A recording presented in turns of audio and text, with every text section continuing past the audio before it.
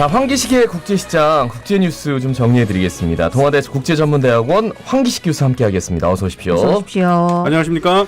야, 이 러시아 상황이 정말 급박하게 돌아갑니다. 이 민간인 동원령 그리고 점령지 합병 투표를 푸틴이 동시에 강행하겠다.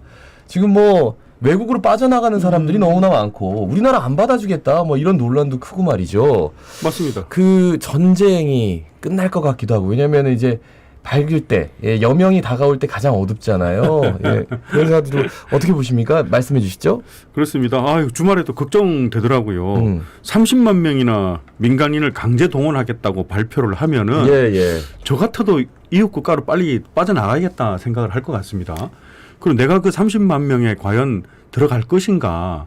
자, 그렇다면 누가 집중적으로 강제 징용될 것인가? 네네. 또 형평성이 없지 않을까 이런 생각도 하게 되거든요. 사실 우리나라 국민들이 만약에 전쟁이 났다 그러면 당연하게 예비군 저로서도 이제 나가려고 마음을 먹는데 이 전쟁의 명분 자체가 없기 때문에 러시아 국민들도 그걸 따르지 않는 것 같아요. 맞습니다. 그렇죠? 이 전황도 상당히 지금 불리한 거라고 다 알려져 있는 것이고. 네네. 그리고 또 한 손으로는 이 전세를 뒤집기 위해서 강제 동원령을 내렸고 또 한 손으로는 무리하게 그동안에 어느 정도 점령해놨던 동부 지역에 대해서 빨리 합병 투표를 해서 법적으로 러시아 영토로 합병됐다, 귀속됐다 또는 통합됐다라는 걸로 이제 전 세계적으로 이게 합법적으로 빨리 발표를 하고 싶어 하는 걸 동시에 추진하고 있거든요. 거기에 대해서는 국내외 상당히 반발이 심하게 되어 있죠. 지난 주말에 러시아 전역에 강력한 시위가 많이 벌어졌습니다. 모스크바하고 상트페테르부르크를 비롯해서 엄청나게 많은 시위를 해서 이 강제 동원에 반대한다라고 해서 하루에 750명 시위대가 체포됐고 또 강제 동원령을 내렸는 그 당일 날에는 한 수천 명이 체포됐습니다. 이런 시위 다 어떻게 막을지 궁금합니다. 그렇지만 푸틴도 전략이 없는 건 아니니까 이 당근책하고 강제 동원에 대해서 당근책하고 또 채찍을 동시에 합니다. 당근은 채무 상환 유예해 줄게라고 얘기를 하고 빚이 있는 사람들은 그리고 외국인들 아직까지 시민권을 부여받지 못한 소수민족이나 이런 사람들에 대해서는 1년 복무를 해주면은 시민권을 부여하는 특혜를 주겠다. 라는 어떤 그런 당근책도 내놓고 있고 또 한편으로는 채찍을 동시에 내놓죠. 동원을 거부하거나 탈주하면은 최대 한 15년까지 엄벌에 처하겠다라는 그런 형법 개정안도 승인하는 이런 모습을 좀 다급한 거죠. 그런 모습을 보여주고 있고요. 러시아 탈출 행렬은 비행기표가 전부 매진되어 있고 국경 핀란드하고 조지아입니다. 그루지아가 상당히 집중되고 있으니 이 국가들도 상당히 난감하겠습니다.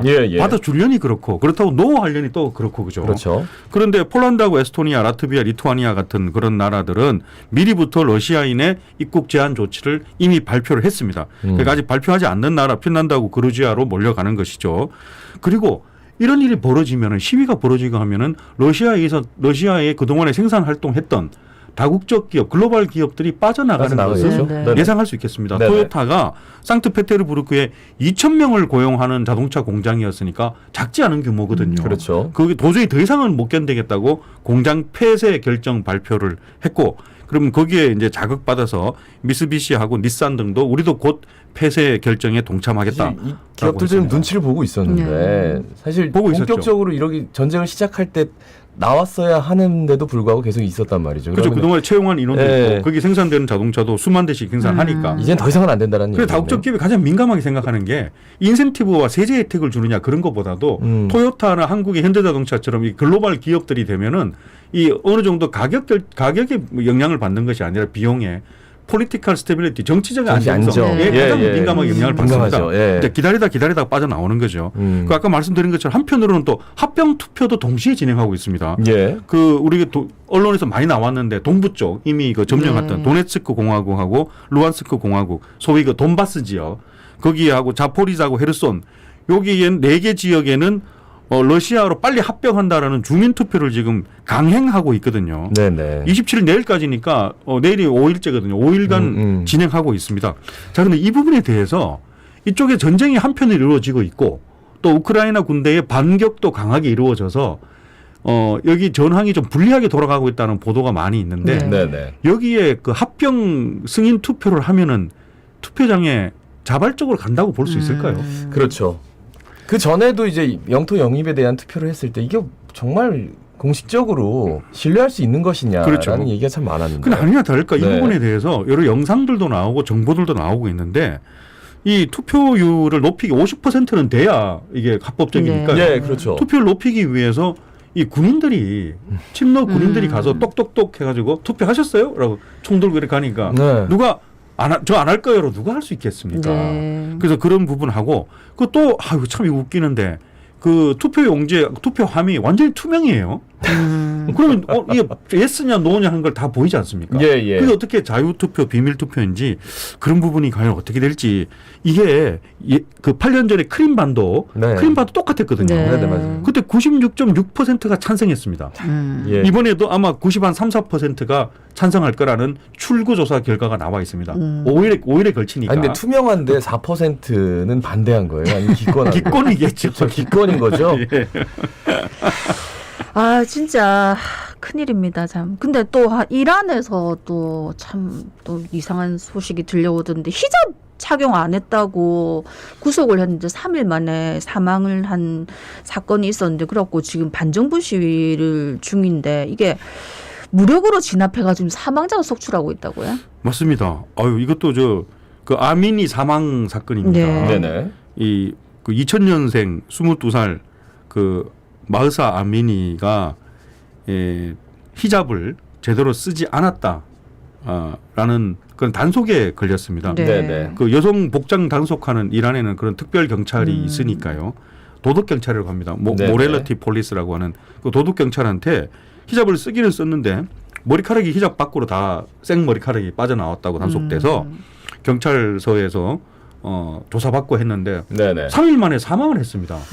저 머리에 구타를 당한 네. 어떤 정황이 있다라는 거죠. 그 후로 그 아미니의 고향 도시부터 시위가 이뤄졌는데 네네. 지금 열흘째입니다. 열흘째인데 이제는 테헤란을 포함해서 80개 도시로 확산해서 지난 주말에는 엄청난 규모의 시위더라고요. 대규모 시위입니다. 또 이게 그 소수민족 문제가 있으니까 소위 그 크루드족 문제가 있으니까 이 마흐사 아미니가 크루드족 출신이거든요. 예. 그 크루드족 그 주거 대도시에서는 대부분 다 지금 엄청난 시위가 일어나고 있어요. 그래서 무력 진압을 할 수밖에 없는 거니까. 그럼 사망자가 벌써 50명이 넘어서고 구속자가 1,200명을 넘어서고 있습니다. 이 시위가 안 그래도 이게 기름을 부었다고 해야 될 것 같습니다. 예. 이 뉴욕 타임즈의 이 이란 시위 특별 분석 기사를 보니까 강경파 라이시 대통령이 그동안 집권 1년 정도 됐는데 일이 많이 있었습니다. 이 부정부패가 심하고 경제 실패. 아니 물가가 50% 올라갔으니까 네. 물가 너무 경제 실패한 거죠. 코로나 대응도 너무 못했고 그리고 정치적 탄압도 불만이 많았는데 예. 여기에 대해서 일종의 그 촉매제로 작용을 했다라는 그런 분석이 있고 그리고 알리 하메이니 최고 지도자에 대한 불만도 상당히 누적되어 있습니다. 33년간 지금 독재를 하고 있고 그렇죠. 거동이 불편하다던 보도도 나오고 있는데 자기 아들에게 후계를 하면 어떠냐라는 그런 움직임도 나오고 있으니 여기에 대한 불만도 상당히 있다고 봐야 되고 그리고 가장 기본적인 거는 미국의 경제 제재가 지금 너무 네. 오랫동안 지속되고 있습니다. 예. 이란의 핵합의가 파견된 무너진 다음에 네네. 핵합의 복원이 또 제대로 안 되고 있지 않습니까? 그렇죠. 핵합의 복원이 빨리 돼야 경제 제재가 완화될 텐데 경제 제재가 너무 오래 지속되니까 불만이 있을 수밖에 없죠. 자, 이란 소식. 자, OECD 2022 경제 보고서가 나왔는데 한국이 첫 출산 연령이 좀 최고고 출산율은 최저다. 이게 OECD뿐만 아니라 전 세계적인 기록이다라는 보고가 있네요. 아유, 이 부분 진짜 그냥 가십거리로 넘어가면 안 될 것 같아요. 지금 너무 심각합니다. 초산 연령이 첫 아이 출산하는 연령이 지금 한국이 33세로 나오고 있거든요. 이거는 OECD 최고 기록입니다. 그리고 합계 출산율은 지금 0.75명으로 나오고 있습니다. 올해 2분기, 2, 4분기가 0.75명이면 네네. 이건 OECD 최고 기록이 아니라 전 세계 최저 기록입니다. 네. 이 부분은 어떻게 해야 될까요? 한국 첫 아이 출산 평균 33세는 너무 높아요. 미국 27세고 영국 29세, 일본도 30세니까 주요 국가보다 훨씬 높아요. 그리고 이 속도도 너무 높은 게 1994년 30년 전엔 26세였거든요. 네네. 26세인데 지금 33세잖아요. 너무 빠른 속도도 너무 높고 출산율 0.75명은 저는 충격이었습니다. 미국 1.64명입니다. 영국 예. 1.55명이고 일본도 1.3명 정도 되는데 한국이 0.75명이면은 아유 그리고 이것도 또 이게 그 하강하는 속도가 너무 빠릅니다. 네네. 찾아봤더니만 1960년에는 6명이었습니다. 네. 그 다음에 70년에 3명이고 80년만 해도 2명이었는데 2018년에 1명이 무너졌거든요. 예, 예. 0점대로 들어섰는데 2020년에 0.84, 작년에 0.81, 올해 0.75니까 한국이 홀로 출산율, 최저 출산율 계속해서 매년 기록 경신하고 있습니다. 근데 OECD 보고가 마지막 결론은 한국이 왜 이렇게 출산율이 낮으냐. 자녀 양육 비용이 너무 든다. 아, 이거 학원비, 아예 한국어로 나오던데요. 학원, 이렇게. 학원이요. 네. 학원, 이렇게 나오더라고요. 아이고. 학원비 너무 비싸고. 네네. 여성한테 일과 육아를 병행하기 너무 어렵고. 그리고 교육비도 너무 비싸서 중학생 한 명 1년에 830만 원 들어간다는데 네. 그것도 가장 낮게 봐서 그렇겠죠. 그거밖에 안 들어간다 그러면은. 그리고 집값도 너무 비싸니까 아이 못 낳겠다라는 뭐라 예. 하고. 그다음에 군 복무가 전 세계에서 너무 가장 기니까 예, 아이고, 예, 내가 아이 예. 못 낳겠다라는 이런 것도 자세하게 분석을 해놨습니다. 예, 살기가 그만큼 힘들다 하는 또 반증인 것 같아서 답답한 소식이네. 저희가 이제 오늘 시작할 때 북한 단거리 탄도미사일 발사한 거에 얘기를 조금 드렸는데 외신들은 어떻게 보도하고 있습니까?